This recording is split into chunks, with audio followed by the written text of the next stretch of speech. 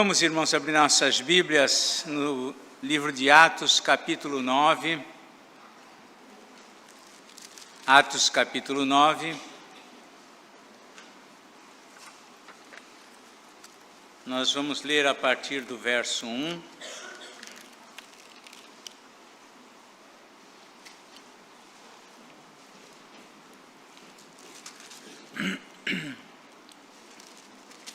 Diz assim o texto, um dos textos provavelmente dos mais conhecidos no Novo Testamento, entre tantos outros. Nós temos o Sermão do Monte, que é conhecido, temos tantas passagens, mas a conversão de Saulo é uma dessas passagens também, das mais conhecidas.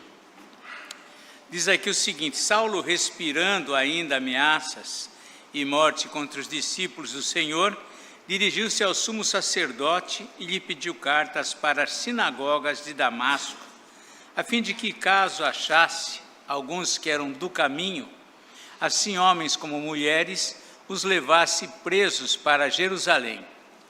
Seguindo ele estrada fora, ao aproximar-se de Damasco, subitamente uma luz do céu brilhou ao seu redor, e caindo por terra, ouviu uma voz que lhe dizia: Saulo, Saulo, por que me persegues?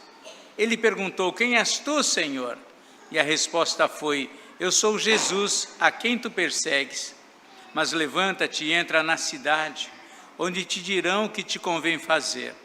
Os seus companheiros de viagem pararam emudecidos, ouvindo a voz, não vendo contudo ninguém. Então se levantou Saulo da terra e, abrindo os olhos, nada podia ver. E guiando-o pela mão, levaram-no para Damasco. Esteve 3 dias sem ver, durante os quais nada comeu nem bebeu. Vamos, irmãos, orar mais uma vez a Deus. Senhor nosso Deus, Tu és maravilhoso, Pai. Temos visto isso na nossa vida, na nossa história. Temos visto isto na Tua palavra. E rogamos que através dela o Senhor fale conosco esta noite. Ministra ao nosso coração. Ajuda-nos, Senhor, na extração de ensinos que ela traz para nós. Fala a cada um de nós. É a nossa oração em nome do Senhor Jesus. Amém. Quantas lições a gente pode tirar de uma passagem da Bíblia? Eu creio que os irmãos já tiveram a experiência de ouvir diversos sermões e às vezes na mesma passagem, né? Eu, por exemplo, já ouvi lá em Romanos 12, 1 e 2, né? Romanos 12, 1 e 2, rogamos, pois, pelas misericórdias de Deus, que apresenteis os vossos corpos como sacrifício santo, vivo, agradável a Deus. Quantos sermões nós já ouvimos? E sempre uma palavra diferente, as abordagens diferentes. Se nós formos avaliar, muitos ensinos se pode tirar de apenas uma passagem. E esta é uma dessas passagens que eu chamo a atenção para esse mesmo fato, né? Extrairmos uma lição diferente, que vai além da conversão de Saulo.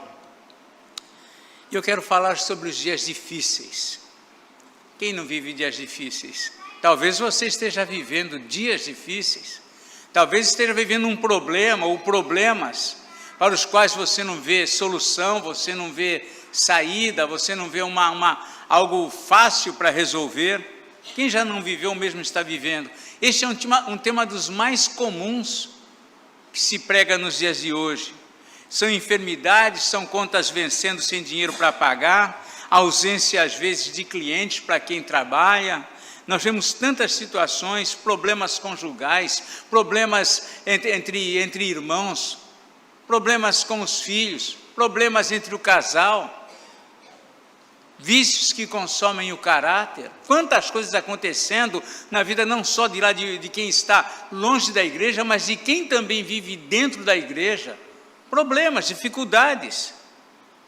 Contudo, às vezes, mesmo quando as condições são diferentes, há dinheiro, há saúde, há conforto, há festa, mas ainda assim pode haver vidas vazias, vidas que se deprimem, vidas sem prazer. O fato é que indistintamente todos nós passamos ou podemos passar por dias difíceis. A vida nos mostra isso com clareza. Não é sempre, mas há dias que as coisas não caminham bem para nós. Há dias que tudo se torna difícil, que as coisas não dão certo. Há dias que por mais que nós nos esforcemos para que tudo caminhe bem, elas não saem como nós planejamos. Todos passamos por dias assim. Observe que no texto lido, Saulo estava sem dúvida vivendo um desses dias. E quando esses dias ocorrem, curiosamente, mesmo as situações mais simples se complicam. Mesmo aquelas coisas comuns que você ultrapassava, você não consegue ultrapassar. Nesse dia, tudo que sempre deu certo não funciona. As coisas que nós esperávamos de um jeito, não acontecem do jeito que nós queremos. Tudo que dava certo nos deixa na mão. É uma situação comum. Golias, o filisteu, ele viveu um dia assim. De modo geral, todos os dias ele saía para o campo de batalha e voltava cheio de júbilo. Todos o temiam. Ele era admirado entre o seu povo, lá os filisteus. Ele era o grande guerreiro, o grande lutador. Uma nação inteira de Israel estava amedrontada por conta dele. Homens dos mais valentes da nação de Israel se recusavam a enfrentá-lo na batalha. Ele era o grande herói. Recebia as medalhas, as honras, todo o louvor. Até que um dia apareceu um jovem, muito menor do que ele, que aceitou o desafio. Golias tinha tudo para vencer. Ele tinha o tamanho, ele tinha as armas, ele tinha experiência, ele tinha tudo para que aquele dia desse certo para ele. Mas nesse dia, literalmente, Golias perdeu a cabeça. Dias difíceis, todos nós enfrentamos. Aquele dia foi um dia difícil para ele e também para todo o seu povo, para os filisteus, porque foram perseguidos por Israel, derrotados por Israel. Outra ocasião, mesmo Israel, povo de Deus, também estava cheio de júbilo. Eles haviam vencido os 2 reis, que eram tremendamente respeitados, Seom, rei de Hesbom, e Og, rei de Bazã. Esses reis moravam além do Jordão.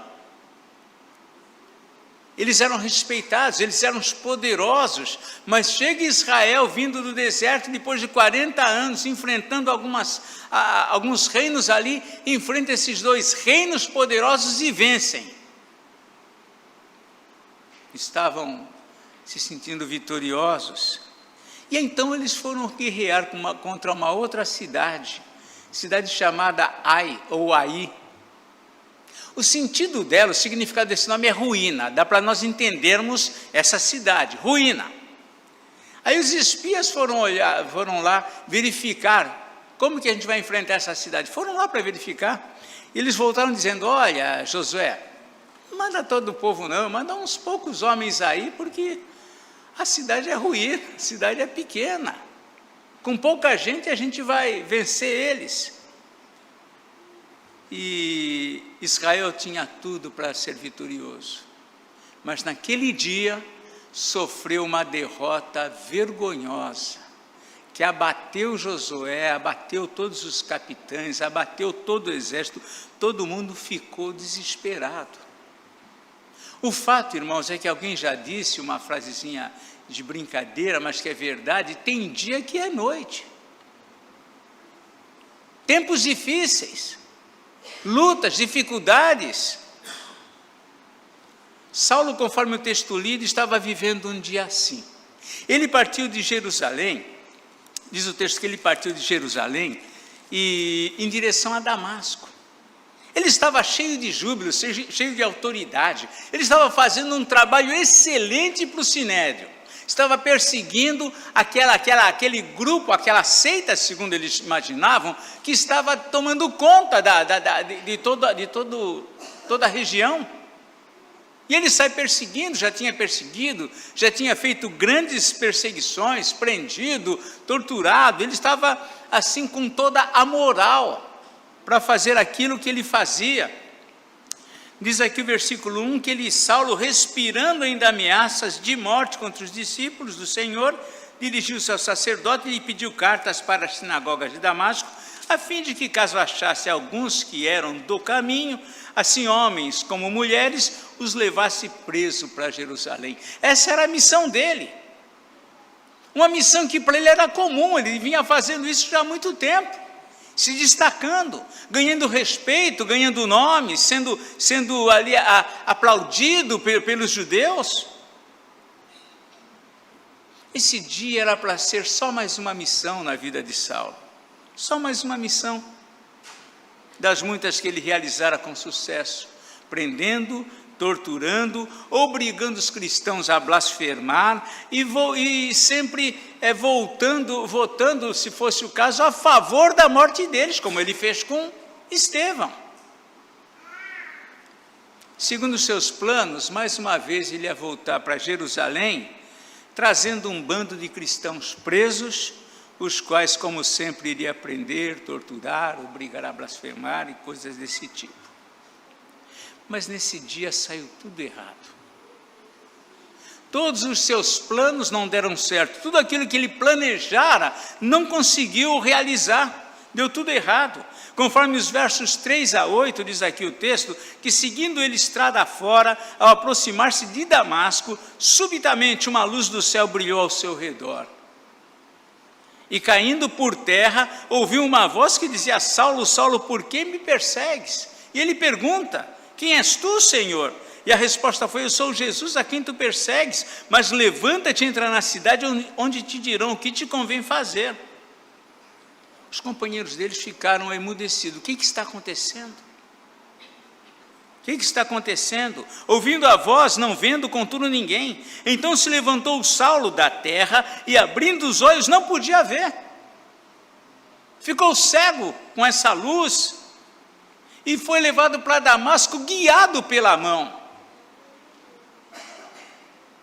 O dia começou de um jeito, mas agora estava completamente virado do avesso aquele dia. Ele que planejou chegar em Damasco cheio de moral, cheio de autoridade, ele chega lá guiado pela mão, porque não consegue discernir o caminho.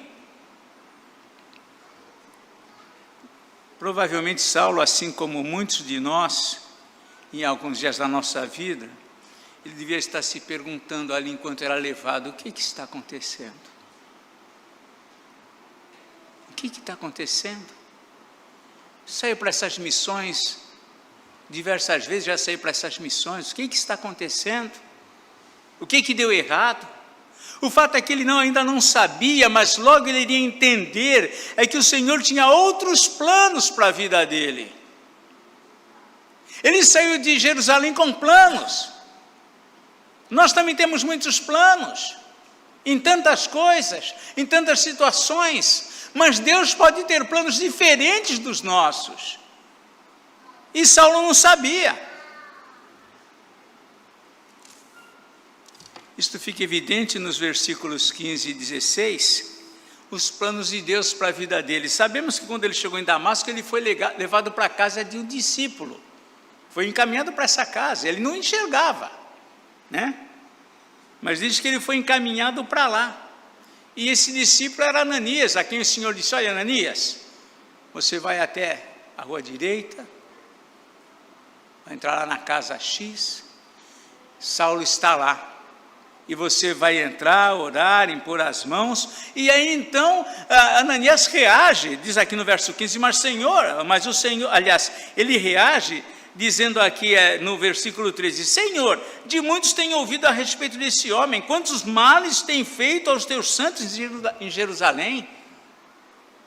Como assim vai lá, até esse homem que tem perseguido, matado, e todos os cristãos sabem disso? E ele trouxe para cá a autorização dos principais sacerdotes para prender todos os que invocam o teu nome. O que eu vou fazer lá? Mas o Senhor lhe disse: vai, está aqui no verso 15, vai, porque este é para mim um instrumento escolhido para levar o meu nome perante os gentios e reis, bem como perante os filhos de Israel, pois eu lhe mostrarei quanto lhe importa sofrer pelo meu nome.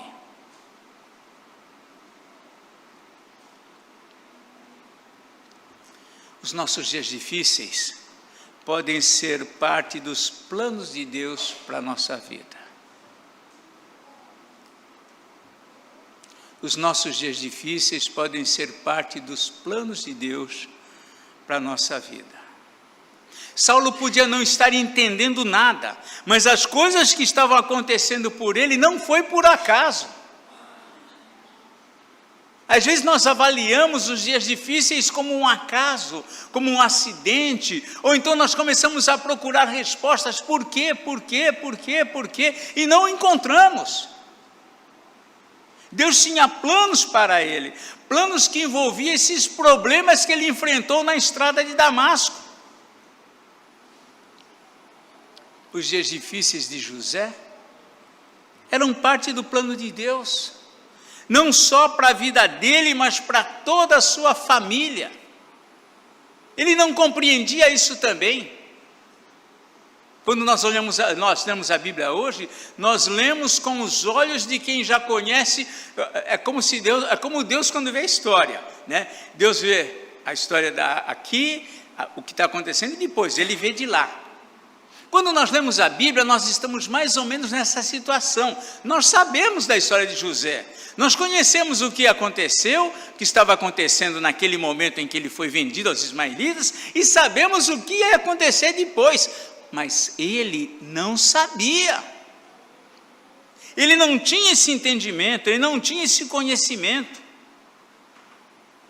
O mesmo pode se dar conosco, as mesmas coisas. Precisamos aprender a olhar além dos nossos problemas, além das nossas lutas, procurar encontrar o Senhor nesse contexto.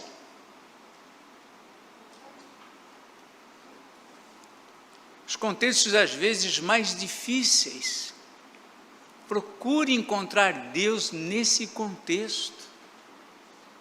Isso é bíblico. O livro de Provérbios, capítulo 3, versículo 6, lá o sábio, ele diz assim, ele está ensinando o filho, está falando sobre Deus. Ele diz, reconhece-o em todos os teus caminhos, reconhece-o em todos os teus caminhos, em todas as situações que você vive, desvende Deus nessa situação.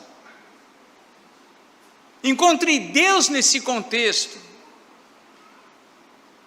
Às vezes nós tentamos encontrar Deus nos dias mais difíceis, tem gente que procura encontrar Deus só nos dias bons e alegres, mas diz o texto, reconhece-o em todos os teus caminhos.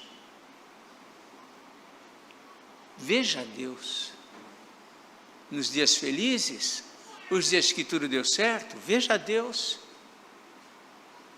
Isto nos ensina que antes de reagir com rejeição e lamúrias, com respeito aos dias difíceis, precisamos considerar Deus nessa situação.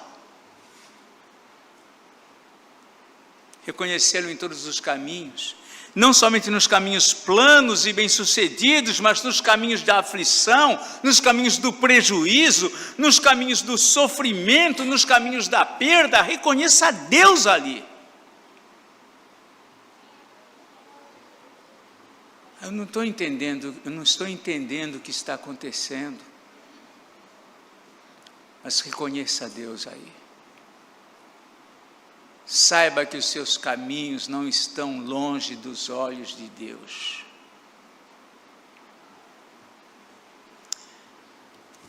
Vemos ainda, à luz da experiência vivida por Paulo, nós podemos aprender ainda uma terceira lição.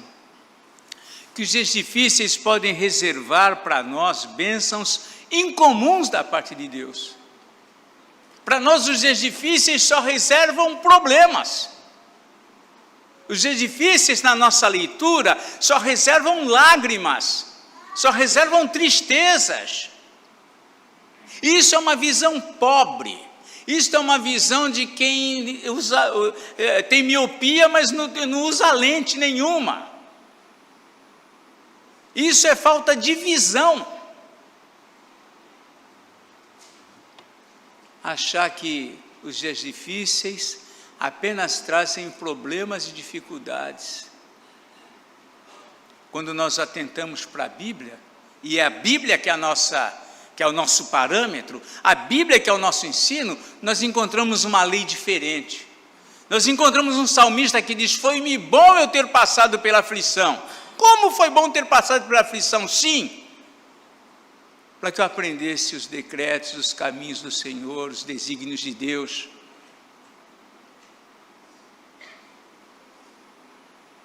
Nós precisamos olhar as coisas como a Bíblia nos ensina a olhar. Às vezes nós somos cristãos analfabetos, no sentido de leitura da vida, leitura das situações. Os dias difíceis podem reservar para nós bênçãos incomuns da parte de Deus. Nas horas difíceis, muitos olham para a sua vida, para as suas dificuldades e questionam: mas onde está a bênção? Onde está a graça? Saulo deve ter pensado assim. Imagina que esse período, desde a hora em que ele caiu por terra, que ele levantou-se, estava cego, que foi conduzido pela mão, ele que devia ser um homem de fibra, sendo conduzido pela mão até Damasco. O que será que passava na cabeça desse jovem, o jovem Saulo? O que será que passava na cabeça dele? Imagina as suas expectativas quanto ao futuro. Tudo que ele fazia dependia da sua condição física, dependia da sua saúde, dependia da sua visão. Talvez ele, quando ouvisse uma palavra sobre isso, talvez ele pensasse: bom, eu acho que nesse encontro com Ananias, de repente, ele podia até ter uma expectativa diferente. Mas quando ele se encontra com Ananias, e Ananias diz a palavra do Senhor para ele, e Ananias leva para ele o que aguardava Saulo, e Saulo logo descobriu o que aguardava a ele, porque o Senhor lhe disse: vai, porque este é para mim instrumento escolhido, para levar o meu nome perante os gentios e reis, bem como perante os juízes de Israel. Que bom, que bom. Mas só tem um ponto e vírgula, não é ponto final. Continua: pois eu lhe mostrarei quanto lhe importa sofrer pelo meu nome.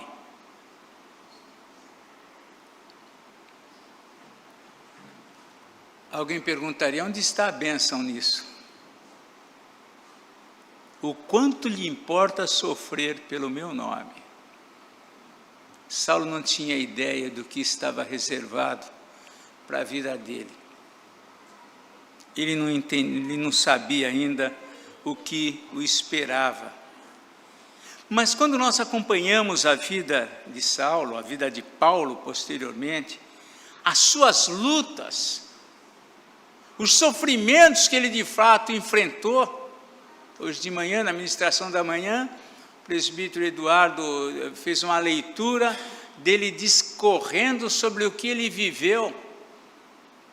3 vezes fustigado com varas, 40 açoites menos 1 é cada surra dessa.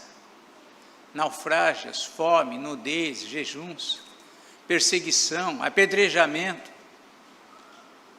dores físicas, emocionais, tudo esse homem sofreu.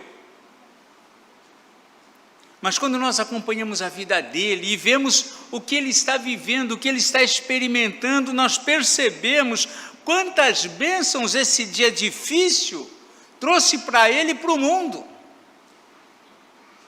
Paulo não terminou seus dias triste e abatido. Paulo terminou seus dias feliz. Combati o bom combate, completei a carreira, guardei a fé. Tudo começou num dia difícil, num dia que a gente jamais escolheria para nós.